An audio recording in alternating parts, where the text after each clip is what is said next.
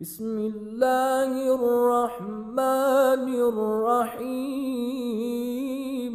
وعباد الرحمن الذين يمشون على الأرض هونا وإذا خاطبهم الجاهلون قالوا سلاما وإذا خاطبهم الجاهلون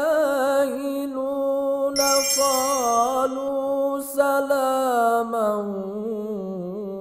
والذين يبيتون لربهم سجدا وقياما.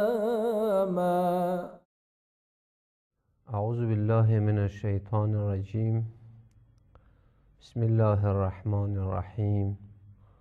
الحمد لله رب العالمين وصلى الله على محمد وآله الطيبين الطاهرين المعصومين واللعن الدائم على أعدائهم أجمعين من الآن إلى قيام يوم الدين.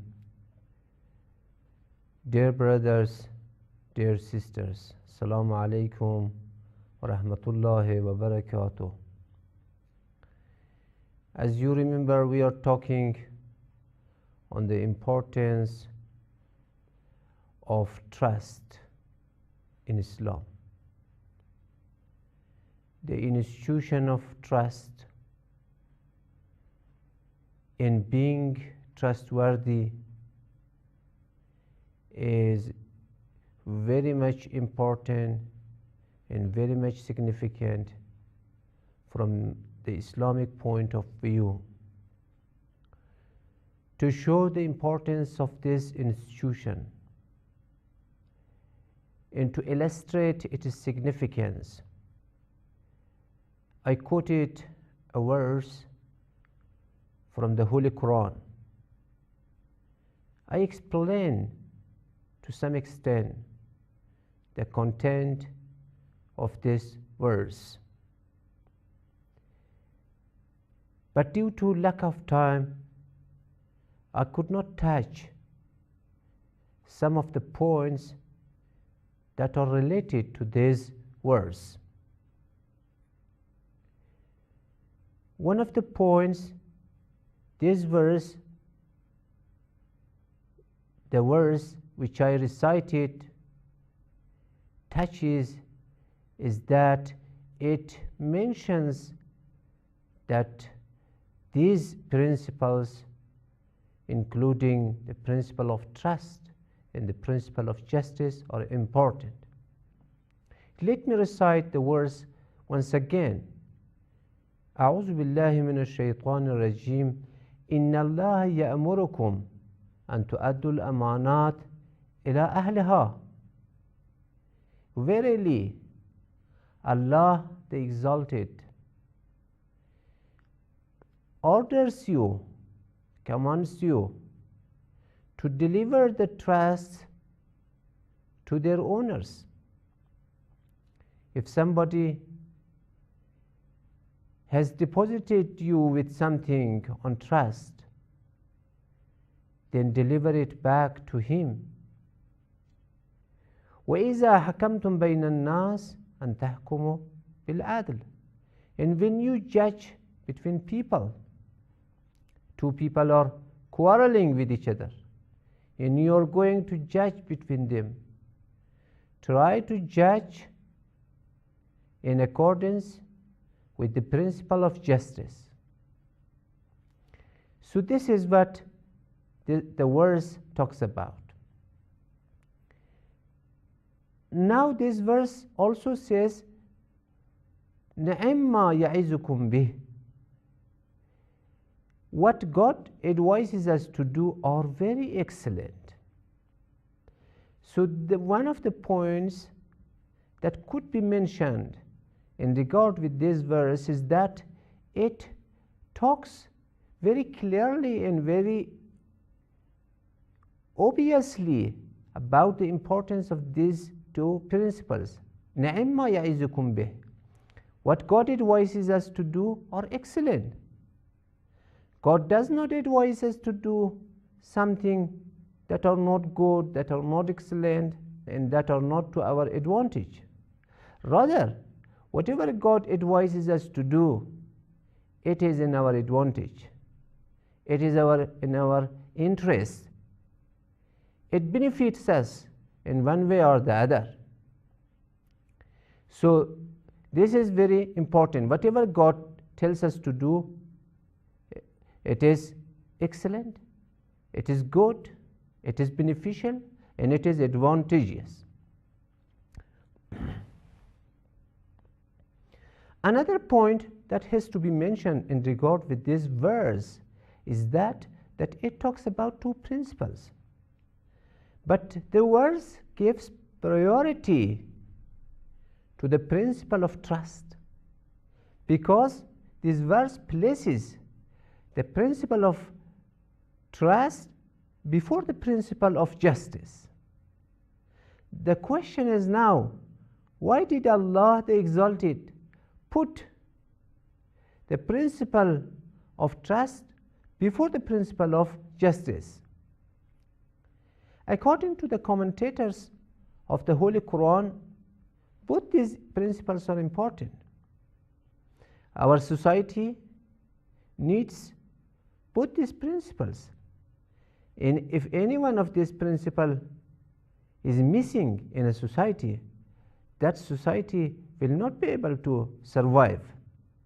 So it is out of question to talk about the necessity of these two principles. But the thing is that if you prioritize them, the priority lies with the principle of trust. According to the commentators of the Holy Quran, if a society observes the principle of trust, it does not need the principle of justice, because if everyone is trustworthy, if everyone is good, if everyone is well behaved, then there is no need for justice. The principle of justice will be needed when the society does not act in accordance with its duties. When a society ignores its duties, then the time comes for the application of the principle of justice. But when a society is good, when a society leaves no stone unturned to do its obligations, when the society is trustworthy at large, then we don't need any principles such as justice, because everyone is just already. Everyone is fair. Everyone is kind. Everyone is acting in accordance with the requirements of laws. So that is why the Holy Quran mentions first the principle of trust and then the principle of justice. Because if you act on the principle of trust, there will be no room for the principle of justice. So that is also one of the questions that has to be mentioned in regard with this verse. Let me now quote another verse from the Holy Quran concerning the principle of trust. This verse is also equally important.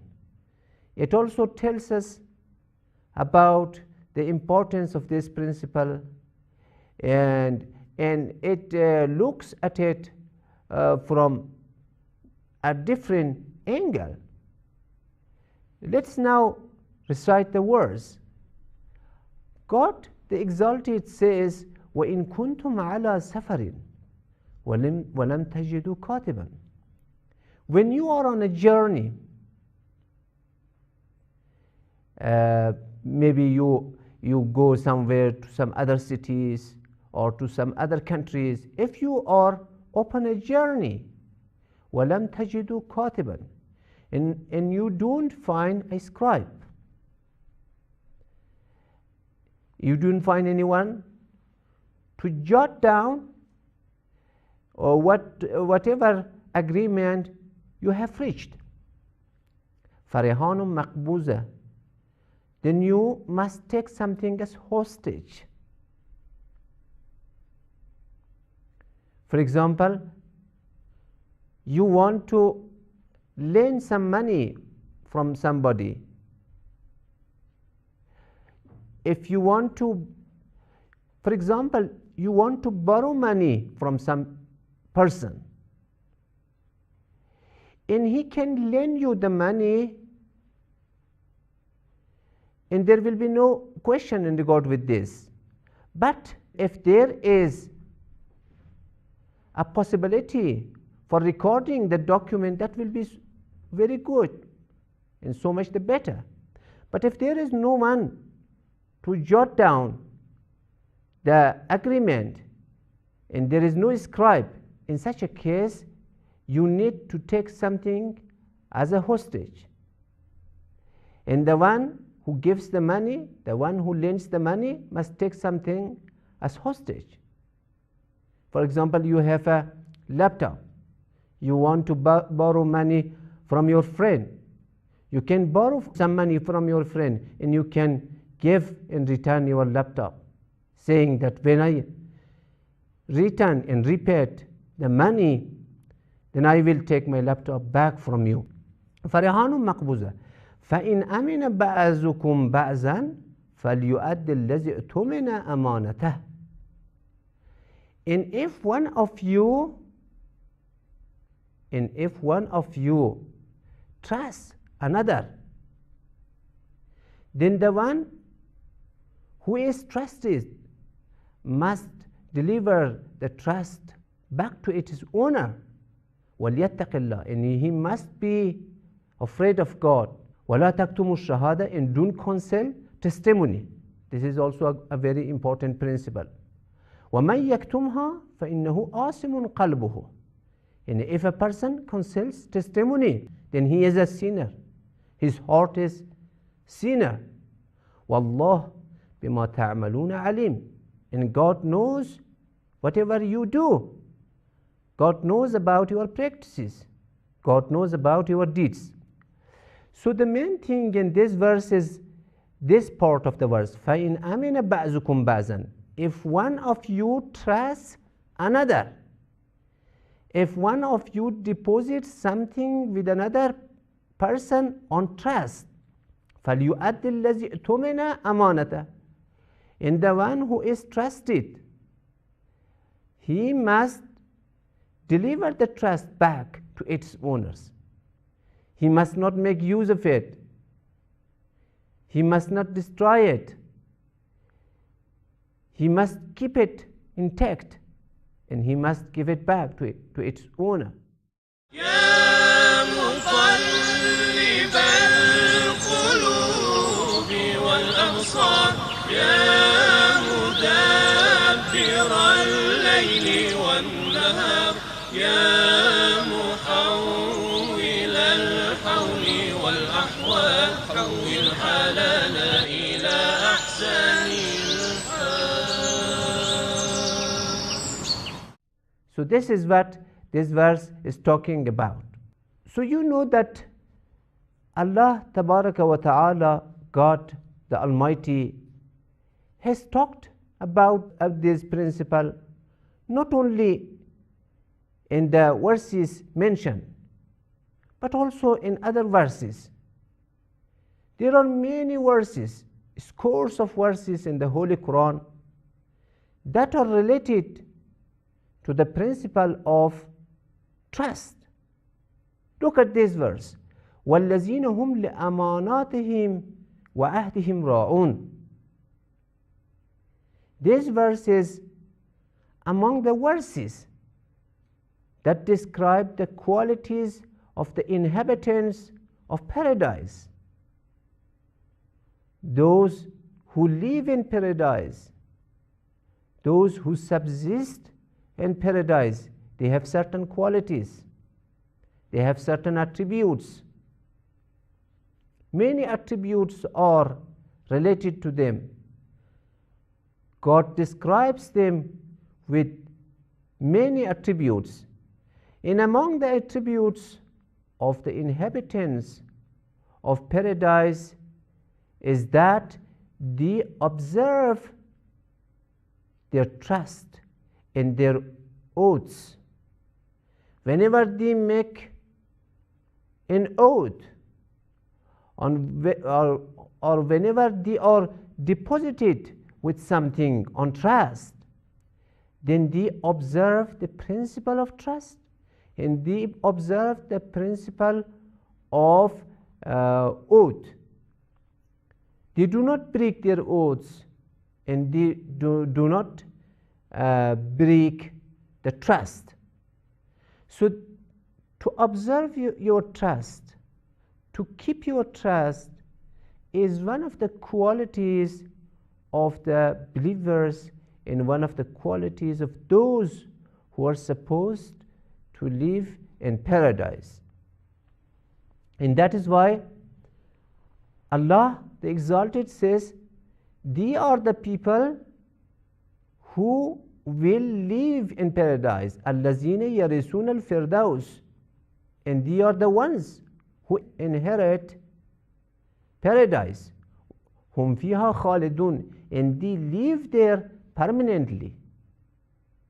They will lead an everlasting life therein. All these items are related to observing the principle of trust. And because of this, we find that our holy Imam, Imam Ali, peace be upon him, is very emphatic about the principle of trust. He has different formulation and different expressions about this principle.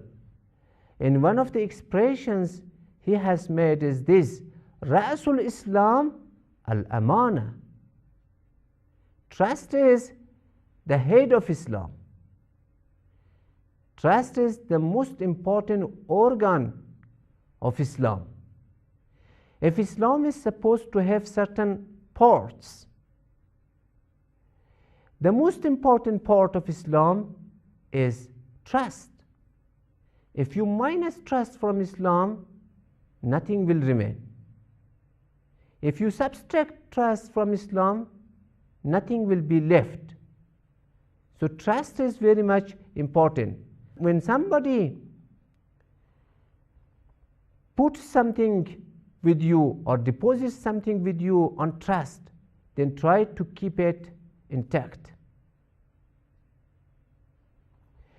And this is Imam Sajjad, one of our holy Imams. What does he say about the principle of trust? His expression about trust is very much important. He says in a tradition that is reported from him that if the murderer, if the killer of my father deposits a sword with me on trust, I will deliver it back to him. You see, this is the highest form of exaggeration. You see, Imam Sajjad was present in Karbala, and he saw what happened in Karbala and how his father was martyred by the army of Yazid. And he remembers all these things, and he hates those who killed his father. But despite all this, he says, even if those who killed my father, even if Shimr, may Allah curse him, even if he deposits something with me on trust, if he deposits a sword with me on trust, I will deliver it back to him, because it is a trust. And I, as a Muslim, I'm supposed to observe this principle. I cannot ignore this principle.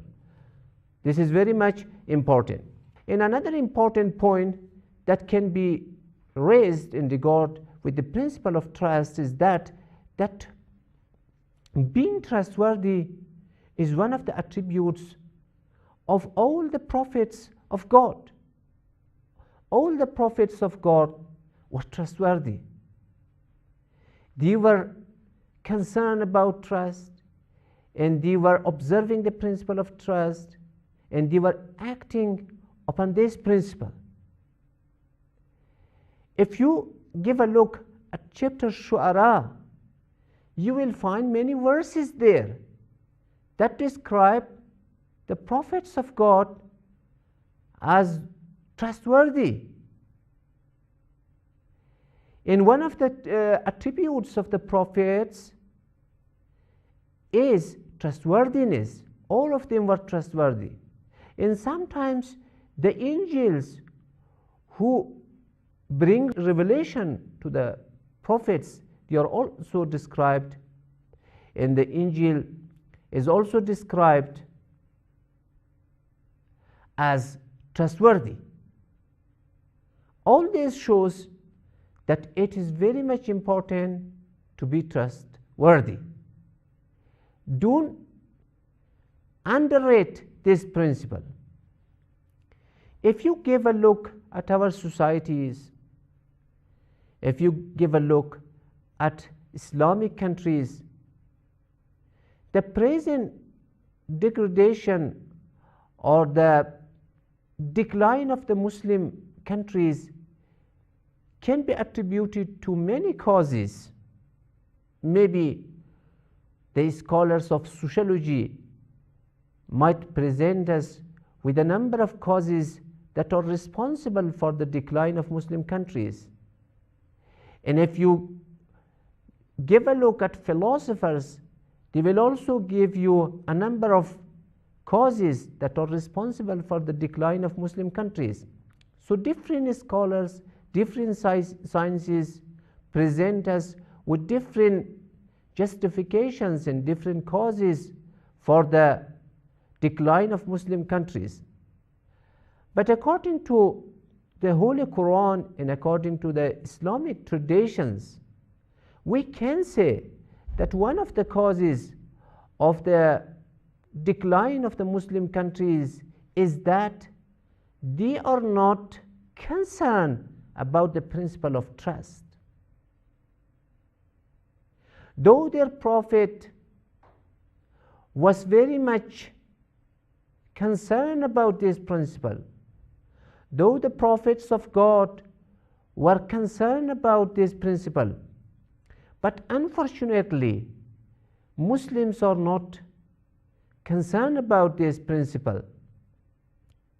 And if you give a look at the products of Islamic countries, you will come to know that this is true. Look at the products we as Muslims produce. How much our products are real and original? Do we observe the standards that are there? How many of us observe the principle of standard, the principle of standardization? So you see that we do not respect this principle. We produce each and every kind of products. Some are good maybe, but some are bad. And when things are mixed up, the things that are good will be overshadowed by those things that are bad. And even if you give a look at the books we publish, we find no originality sometimes in them. In the books we produce, the articles we write, the things we do are not original. They are not real. They do not carry with them any sort of originality.